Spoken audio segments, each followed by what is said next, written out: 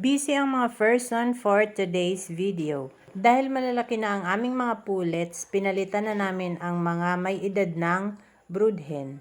Kaya ayan, nagkatay ang first son ng mga inahin.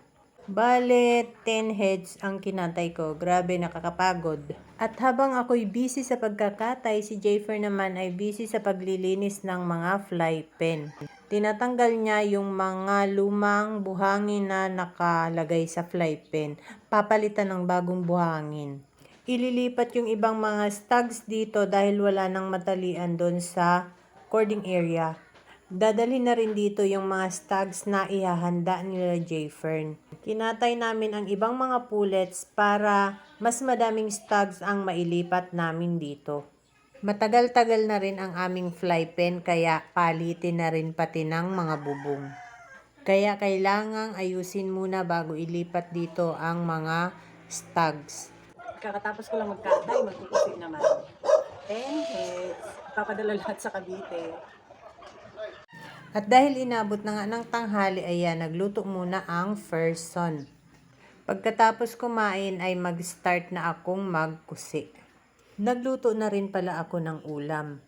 Yung isang bata pang pullet ay sobrang lambot pa kaya yan ang naisipan kong lutuin. Hinati ko lang ang manok sa gitna at flinat ko sa kawali. Sinangkutsa ko lang siya sa bawang, luya, asin, pampalasa at pinigaan ko ng kalamansi. Pinakulo ko lang siya hanggang sa malapit ng maiga ang isang basong tubig na inilagay ko.